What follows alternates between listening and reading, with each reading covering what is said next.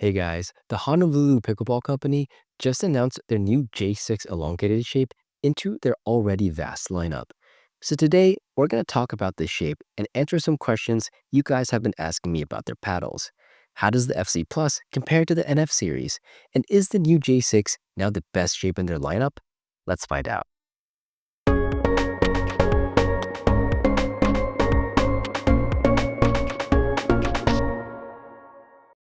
All right, starting off, let's look at the new elongated Sword and Shield J6 shape. For dimensions, it's 16.5 by 7.5 with a 5.75-inch handle and a core thickness of 16 millimeters. What makes it different from other elongated paddles is its flatter design. If you look at the corners of the paddle, you'll notice it's not as rounded as other shapes and more flatted with no taper. This actually helps in giving both J6 models some very solid numbers. For both the FC Plus and NF, I got a swing weight of 117 and a twist weight of 6.60. Swing weight is in that average range for an elongated paddle, but the twist weight is well above average, giving this paddle very solid stability considering that the J6 has an above average handle length. Typically, elongated paddles that have longer handles usually suffer a bit in their stability because there is less paddle surface area. But Honolulu manages to solve this issue with its new shape by flattening out the corners, which helps bump up the twist weight numbers, giving you the best metrics on an elongated long-handled paddle. Now that said, the numbers aren't everything, and there is one thing I do want to bring up here. Although the twist weight is higher compared to most elongated paddles on the market, for those of you coming from a typical elongated paddle, you may not like the J6 shape out of the box. While the J6 does provide more stability, it does so at the cost of lowering the sweet spot compared to a traditional elongated paddle like a Loco, Perseus, or Carbon 1. So for me, going from a Loco to a J6, I did feel that the sweet spot at the top of the paddle wasn't as nice as other aforementioned paddles. I couldn't be as aggressive at vacation line on flicks or my two-handed backhand topspin dink because shots felt worse at contact on that top area of the paddle and the ball would die off. That said, the swing weight wasn't heavy on this, so I added 3 grams of Pickleball Effects 1 gram per inch tuning tape at the 10 and 2 positions to raise this balance point a bit higher for my liking, giving me a final swing weight of 122 and a twist weight of 7.45, which ultimately worked out better for me. I didn't find the paddle to be too heavy and I was able to increase the balance as well as give the paddle a bit more plow through. Now, this is just more of a personal preference, and the reason I bring this up is because I do want to warn people that if you do tend to hit near the top of the paddle and are used to the traditional elongated shaped paddles, you may not like the location of the hitting area on the J6 out of the box, but I do think it can simply be adjusted with perimeter weighting. For me, 122 swing weight is fine, but you can also go with less weight if that's too heavy for you. Overall, I think the J6 is a fantastic elongated shape from Honolulu. It gives you both good stability and the option for an above average handle length, as well as coming in at an average weight that can still be customized. I do think that for the average player, they will really enjoy the high stability that the shape has to offer. For people who don't often use elongated shapes, they'll find the J6 a better transition than, say, a Perseus because of that increased forgiveness at the bottom areas of the paddle. Now, how does this compare to Honolulu's other shapes, specifically the J2 and the J7?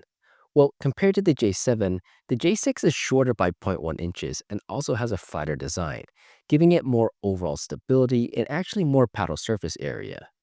The J7 is a bit longer, giving you a tiny bit more reach, but out of the box, the stability isn't as great in comparison. For the majority of people, the J6 is going to be the better elongated option, giving you something that works well out of the box and that's more forgiving. The J7 is one that does need more weight to open up its potential, but I think it's better when you really want to prioritize reach. So that's the one I would go for if I were to play singles, but overall, I would pick the J6 for every other situation. I think the J7 is more of a niche paddle, and I'm glad Honolulu is pushing more for the J6 as their flagship elongated paddle instead.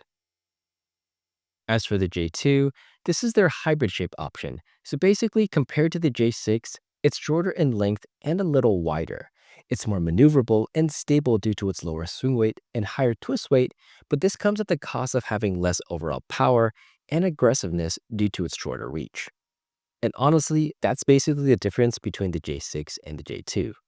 The overall feel is going to be the same between the series, but the main difference is that the J2 is going to be easier for most players to use. The short handle version is the more stable one, and that's the more beginner-friendly one because of the high stability it offers, though this does come at the cost of a shorter handle and a lower balance. The longer handle variant, on the other hand, gives you more handle room obviously, but it comes in at a lighter weight and offers more flexibility and customization. The J6, I think, is the natural step up compared to the J2 shapes when you want to look for more aggression and power.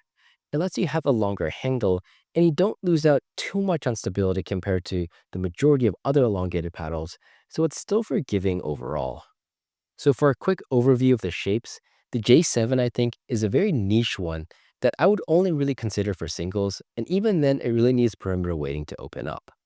The J2s are more beginner friendly and better options for people that want more maneuverability and stability, while the J6 is going to be the one you want when you want that elongated shape.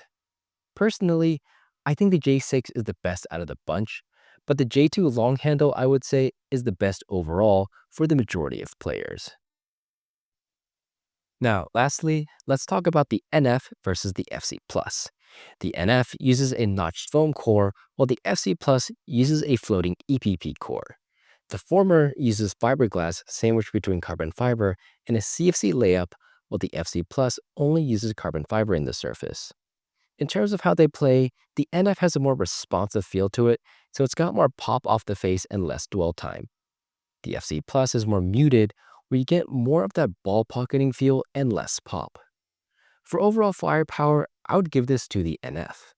The FC Plus does have a slight edge when it comes to power on full drives and shots, but for the majority of shots you'll hit in game, the extra pop from the NF gives more power, which is why it comes out on top for overall firepower. As for firepower compared to other paddles on the market, I would place both the NF and FC Plus at the bottom of the power category. They're not at the level of the Boomsticks, Pro 4s, or even the 11624 Power Series. They're a more beginner-friendly power paddle to get into, especially the FC Plus, but I wouldn't recommend this line if you're looking for higher firepower. But anyways, between the NF and FC Plus, which one do I pick? Personally, I do like the responsive feel better, and I'm going to go with the NF here. But the FC Plus is a more beginner-friendly option since it absorbs impact better, and it's also the better option for people who enjoy more of the muted feel in paddles. So with all this info, what do I think is the best paddle out of the Honolulu Gen 4 lineup series? No surprise here, but I'm going to go with the J6 NF. With the 10 and 2 weight setup, I do think this is a great paddle option for me to use when I want a more controllable power paddle to bring out. Now, for the more beginner-friendly paddle in this lineup, this is going to the short-handled J2 FC Plus. The combination of high stability with a more muted feedback makes this a fantastic option for people looking for a controllable hybrid power paddle. And finally, for what I think is the best overall option that will appeal to the most people in this lineup, I'm going to give that to the J2 NF with a long handle for the flexibility it offers. Alright, and now before we end today's video, the product of the video is going to be Pickleball Effects Tuning Tape. It's currently my favorite weighted tape option I use to customize my paddles. When I first started playing pickleball, I started off using lead tape. But lead is toxic to the handle, so you have to make sure you're washing your hands thoroughly after working with it. And to be safe, you're going to want to cover it up with electrical tape on the paddle as well after you apply it. Since I work with modifying so many paddles, I don't feel comfortable having all that lead tape around in the house, and I've been using this weighted tuning tape instead for customization. Now compared to tungsten tape, the other non-toxic weighted tape option, tuning tape also comes in the same 0.5 gram per inch and now the 1 inch gram per inch options that tungsten offers as well. But the tuning tape itself is slightly thicker.